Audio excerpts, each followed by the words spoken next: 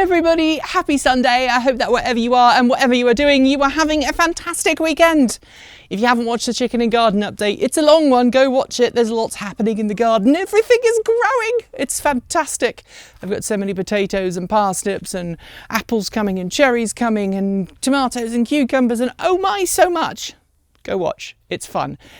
Anyway, that's not why you are here. You're here because you want to talk about the Sunday Musing. And today I want to talk to you about problems with charging. I know, I talk about it a lot.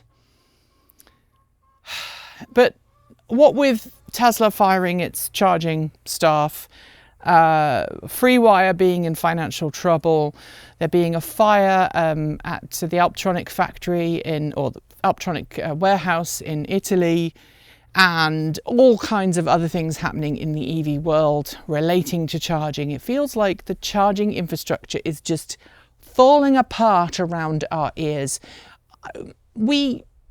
Aside from misinformation, we were in LA this week and we met a Tesla driver trying to charge their Tesla at an EVgo charging station using an adapter that clearly wouldn't work.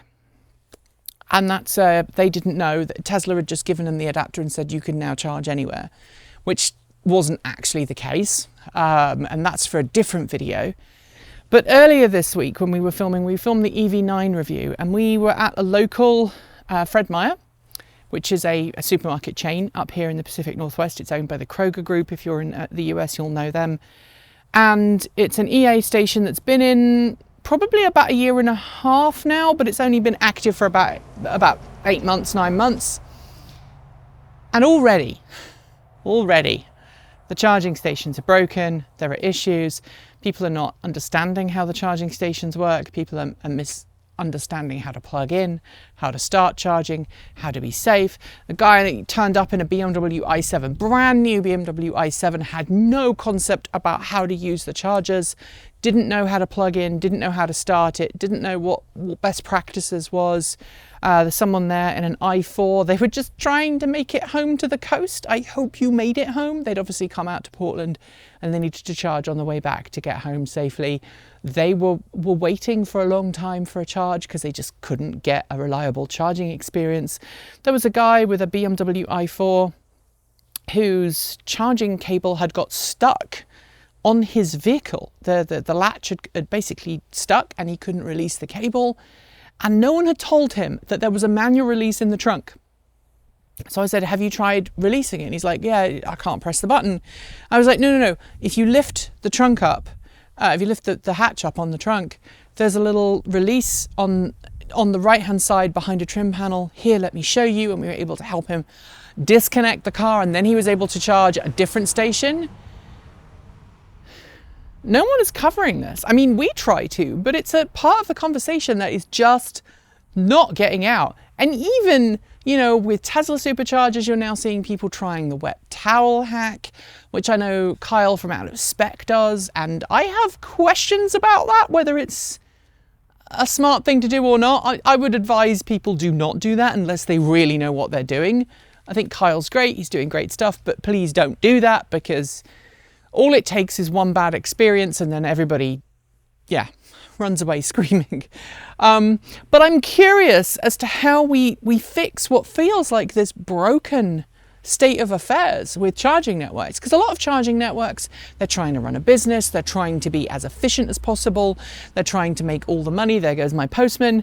They're trying to make as much money as possible. So they are pulling in the lowest cost hardware provider very often. I know EA are doing it. Not so much with EVgo because the people who seem to be in charge of what stations are being purchased by EVgo, they are focusing on buying stations that have a long lifespan. But I don't think that's true with EA. I think they're buying the lowest cost charging units that seem to be regularly breaking. They're not providing a good parts supply chain, and that's causing all kinds of headaches. And of course, every time the charging network fails, every time someone has a bad experience and they talk about it, it's a negative impact on EVs. And that then gets back to news outlets, it gets back to conspiracy theorists, it gets back to certain political angles who use it to bash EVs over the head. And it is becoming a frustration. Why are we not focusing on the charging? I know it's not like, I know it's not all about fast charging either.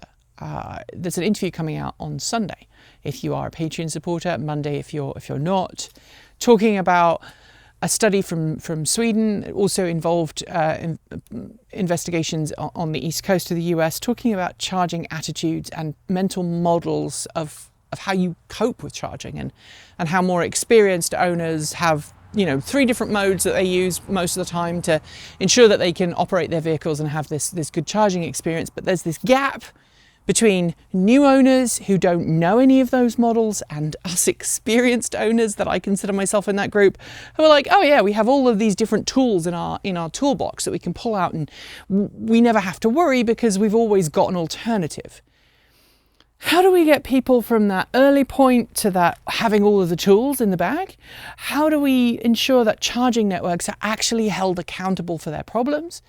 And how do we get past where we are right now, which is charging network providers, manufacturers of components are going out of business because they're not being given the support that they need.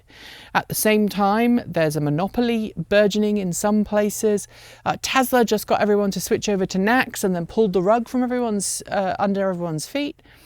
It feels like this is a bad time for EVs and EV charging, and maybe I'm being hyperbolic. But I can't be the only one who's like just going, can you just fix the bleeping thing and get it working? Because I just want to be able to use my vehicle in a way that I have been using my vehicle for I've been driving EVs for nearly 20 years now. I think I started my first EV was 2006. So 18 years. I've been driving EVs as my primary form of transport for 18 years. And I honestly feel like now is the most unreliable and confusing and frustrating time for public charging that I have ever seen. I generally don't have to worry with the truck because I have access to Tesla Superchargers and I have access to CCS. But, I have a friend who has a Bolt and is worried about making long distance trips because they don't know how reliable the charging stations are going to be. And there's that range anxiety and fear of the network failing. They are traveling with someone who doesn't have the ability to, for health reasons, do a whole lot of changing over of plans. And it's exhausting and it's frustrating. And that is a barrier to adoption. And then if you whack in all of the things, we were in LA, someone turned up at a fast charging station, and if you're watching and you saw me laugh, go watch the Chicken and Garden update, because in the Chicken and Garden update I had a chicken that kept getting out, and the same chicken has now just jumped out. I know that's Chicken and Garden stuff, but where was I? So we were in LA, and these 2 guys pulled up in a Porsche Taycan, the entry-level Taycan, and they were from a dealership, right? They had just sold this car used, and they were charging it up for a customer, and they didn't understand the charging experience. They didn't know how to plug in. They didn't know how to start charging.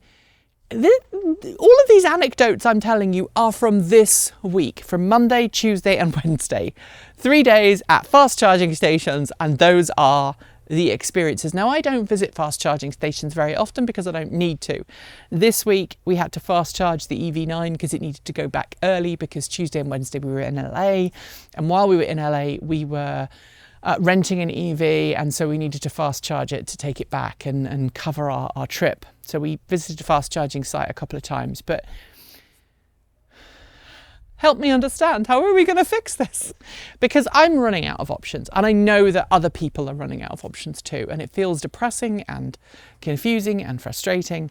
There has to be a better way, right? And I don't think it's Tesla, because, as Elon Musk has proven, he's having a bad day, suddenly people get fired. That's what it's felt like. And maybe I'm wrong, maybe I'm being hyperbolic, but I'm not the only person I've spoken to in the industry who is thinking in that regard.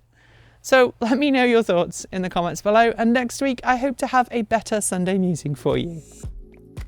Thanks for joining me today, and if you've got thoughts, make sure you leave them below in our Discord chat room, or you can reach out to us on Mastodon. thanks to the amazing list of people scrolling by on your screen right now. They are some of the more than 1,500 people that help make this channel possible by funding it through Patreon and YouTube, covering our bills, paying our team, and making sure we can be 100% independent. If you'd like to join them and see your name listed here, just follow the links below. There are a range of different tiers you can sign up for, from as little as $1 a month, or if you pay yearly, $10.08 a year. A massive welcome to our newest supporters, Ralph Koenig, Mr. Eldritch, Dwayne Adiger, and Corey Singletray. To join our list and get your shout out, become a paid Patreon member for your week of fame. If you'd like to support us with a one-off donation, you'll also find links below to make Ko-fi and Bitcoin donations, and we even have an old-fashioned PO box you can reach us at. The address is listed below. And of course, if you're in need of some swag, you'll find our swag store link in the down below as well. This month, we are celebrating Wrangling EV FUD with a fantastic t-shirt design by our in-house artist and animator, Erin. Get yours today by heading to our Redbubble store. We've got some great content coming up, so make sure you're subscribed on PeerTube or YouTube, and we'll see you soon. We make new videos every Monday, Wednesday, Friday, Saturday, and Sunday. If you want more, the mighty algorithm thinks you'll like this video, but we also think that this one is well worth a look. See you soon, and as always, keep evolving.